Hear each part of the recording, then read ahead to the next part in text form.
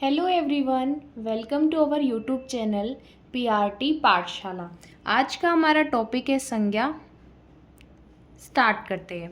जो संज्ञा है वो दो धातु के मेल से बना है, सम प्लस ज्ञा। ज्ञा का मतलब होता है ज्ञान और सम का यानी कि संपूर्ण। तो इसका मतलब ऐसे संज्ञा का शब्द का अर्थ बना कि जिससे संपूर्ण ज्ञान हो जाए। वैसे अगर हम परिभाषा की बात करें तो संज्ञा उन सभी को बोला जाता है किसी भी वस्तु, व्यक्ति, स्थान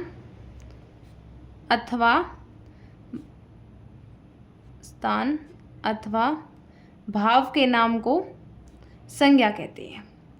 सबको पता है संज्ञा किसी नाउन, इसे हम इंग्लिश में नाउन बोलते हैं, यानी इंग्लिश में नेमिंग वर्ड्स, यानी किसी भी चीज़ का नाम आ जाता है, वो वस्तु, व्यक्ति, स्थान अथवा भाव, तो सबको ही हम संज्ञा कहते हैं। तो संज्ञा के भेद की बात करें तो इसमें एक होता है व्युत्पत्ति के आधार पर,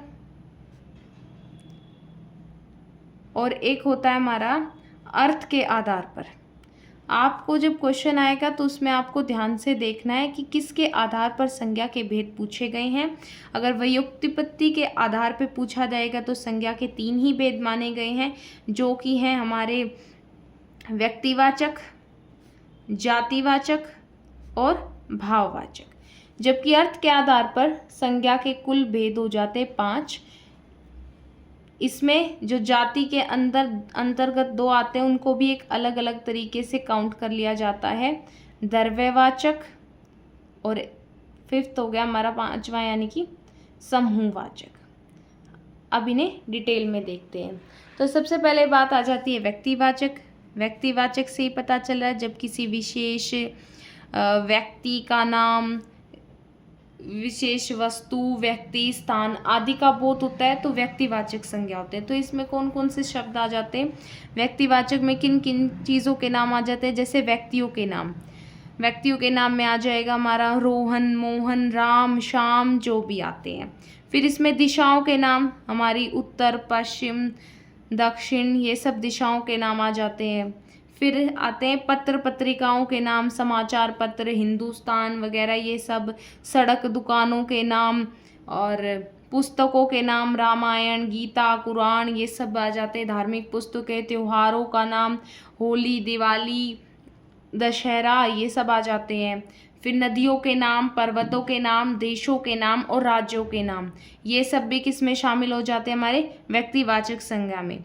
एक बात ध्यान रखने वाली बात है कि जो व्यक्तिवाचक संज्ञा वो हमेशा क्या रहती है? एक वचन रहती है।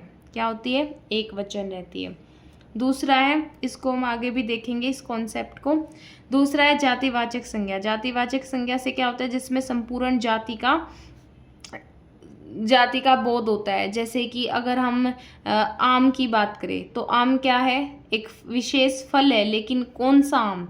आम में भी बहुत सारी वैरायटीज़ होती हैं, आपूस आम, ये सब, वो सब वैरायटीज़ हैं आम की, वो व्यक्तिवाचक में आ जाएगी। और आम जो फल है वो जातिवाचक, यानी कि संपूर्ण जाति को रिप्रेजेंट कर रहा है। इसमें क्या आ जाते हैं? जैसे पेड़ों के नाम आ गए हमारे।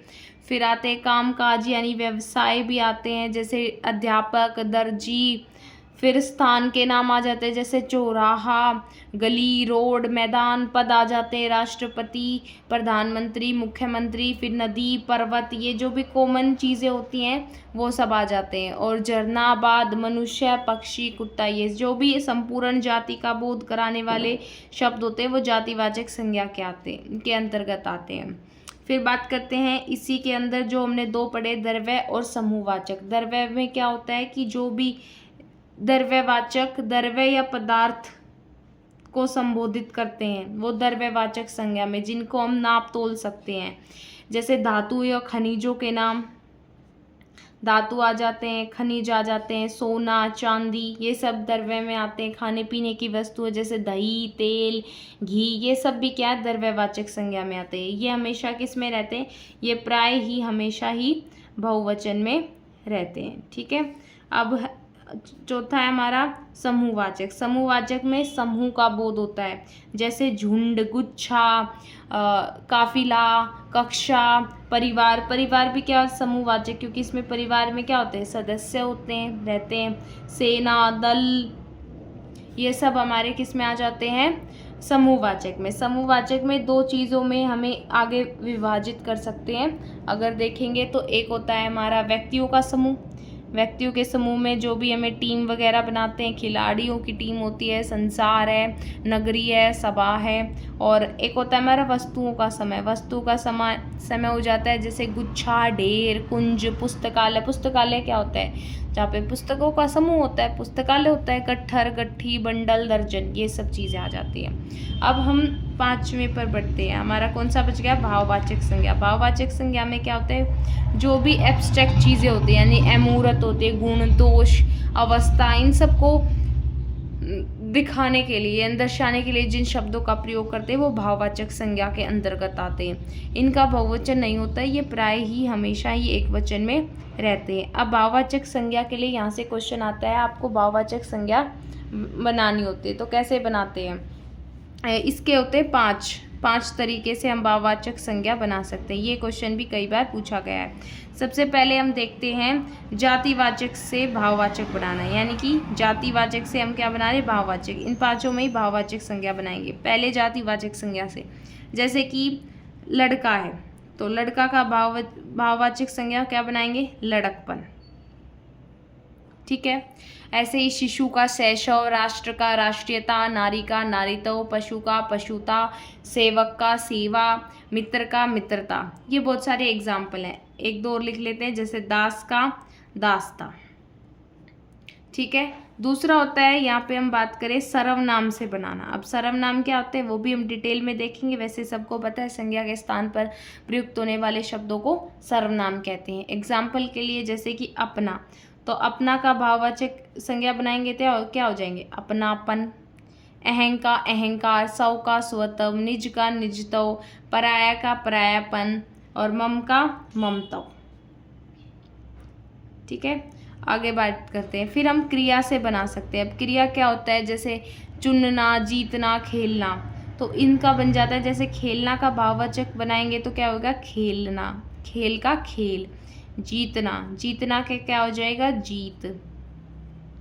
फिर बात करते हैं विशेषण। विशेषण से कैसे बनाएंगे, विशेषण हो जाता है हमारा जैसे कि सुंदर, तो सुंदर विशेषण है कि वह सुंदर है, लेकिन संज्ञा बनानी है भाववाचक संज्ञा तो कैसे होगी, जैसे सुंदरता, क्योंकि सुंदरता क्या है, अमूर्त कॉन्सेप्ट है। और अच्छा है तो उसका क्या हो जाएगा, अच्छाई। ठीक है। फिर बात करते हैं, ऐसे ही आपको ये सारे एग्जाम्पल्स पता होने चाहिए। फिर आता है हमारा अव्यय। अव्यय से कैसे बनाएंगे, अव्यय क्या होते हैं, वो जो कभी भी उनमें कोई भी लिंग वचन कारक की वजह से विकार उत्पन्न नहीं होता, इसलिए अविकारी भी बोलते हैं। जैसे दूर है तो दूर के को भाववाचक बनाएंगे दूरी, अंदर का अंदरूनी, खूब का खूबी, मना का मनाही, ये सब आ जाएंगे। अब यहाँ पे कुछ इम्पोर्टेंट पॉइंट्स हम देखेंगे, जैसे कि व्यक्तिवाचक संज्ञा का हम जातिवाचक संज्ञा के रूप में कैसे प्रयोग करते हैं। जैसे एक एग्जाम्पल देखते हैं, हमेशा सूरदासों की सहायता करो, दासों की सहायता करो। यहाँ पे देखोगे कि जो सूरदास है वो एक व्यक्तिवाचक संज्ञा होनी चाहिए, लेकिन सूरदासों यानी प्लूरल कर दिया, यानी बहुवचन बना दिया। तो ये क्या कर रहे हैं, वैसे सूरदास एक व्यक्तिवाचक संज्ञा होनी चाहिए क्योंकि एक नाम है, व्यक्ति का नाम है, लेकिन सूरदासों यानी कि ये पूरी एक कम्युनिटी को क्या कर रहे हैं, रिप्रेजेंट कर रहे हैं, यानी कि एक पूरी के पूरे समुदाय को रिप्रेजेंट कर रहे हैं। तो ये हमारा क्या बन गया, जातिवाचक संज्ञा। यानी अगर व्यक्तिवाचक संज्ञा को जातिवाचक संज्ञा की तरह प्रयोग करना है तो क्या बना देंगे, उसको बहुवचन बना देंगे। क्योंकि देखो अभी हमने यहाँ पे पीछे क्या कॉन्सेप्ट पढ़ा था कि जो हमारा व्यक्तिवाचक संज्ञा है वो सदैव एक वचन में रहती है, और जातिवाचक संज्ञा की तरह अगर उसको प्रयोग करना है तो हम उसका क्या कर देंगे, बहुवचन बना देंगे। फिर बात करते हैं जातिवाचक संज्ञा का अगर हम व्यक्तिवाचक संज्ञा की तरह प्रयोग करेंगे तो कैसे करेंगे, यानी कि आपको एक एग्जाम्पल दिया जाता है। जैसे एग्जाम्पल देखते हैं हम यहाँ पे, जैसे योगी जी, योगी जी उत्तर प्रदेश के मुख्यमंत्री हैं, ये मुख्यमंत्री हैं। अब यहाँ पे जो योगी जी हैं, योगी जी यानी कि योगी तो पूरी एक कम्युनिटी हो गई, यानी कि जो भी साधु होते हैं, योगी होते हैं, भगतजन होते हैं, लेकिन योगी जी यानी कि एक को रिप्रेजेंट कर रहे हैं। और उत्तर प्रदेश के मुख्यमंत्री हैं तो कौन है, सबको पता है, योगी आदित्यनाथ। यानी कि यहाँ पे जो जातिवाचक शब्द है वो एक पूरे विशेष व्यक्ति को रिप्रेजेंट कर रहा है और यहाँ पे एक वचन का इस्तेमाल है, तो यहाँ पे योगी जी क्या होगा, व्यक्तिवाचक संज्ञा होगा। ऐसे ही अगर हम यहाँ पे देखें कि भाववाचक संज्ञा, भाववाचक संज्ञा को हम जातिवाचक बनाते हैं तो उसका भी ऐसे ही क्या कर देते हैं, बहुवचन बना देते हैं। जैसे कि कुछ बुराइयां सभी में होती हैं, तो जहाँ पे ये बुराइयां हैं, जैसे मैंने बताया कुछ बुराइयां सब में होती है, तो जो बुराइयां हैं, भाववाचक क्या होता है, बुराई होता है, लेकिन वो क्या होता है, हमेशा एक वचन में होता है। लेकिन अगर उसका बहुवचन कर देंगे तो क्या बन जाएगा, जातिवाचक संज्ञा बन जाएगा। तो हमें यहाँ पे एक बात हमेशा याद रखनी है कि व्यक्तिवाचक, समूहवाचक, द्रव्यवाचक, भाववाचक ये हमेशा एक वचन में प्रयोग होती हैं, जबकि जो जातिवाचक संज्ञा है वो हमेशा बहुवचन में उसका प्रयोग किया जाता है। आज की वीडियो में यहीं तक, फिर मिलेंगे नेक्स्ट टॉपिक के साथ। Till then bye.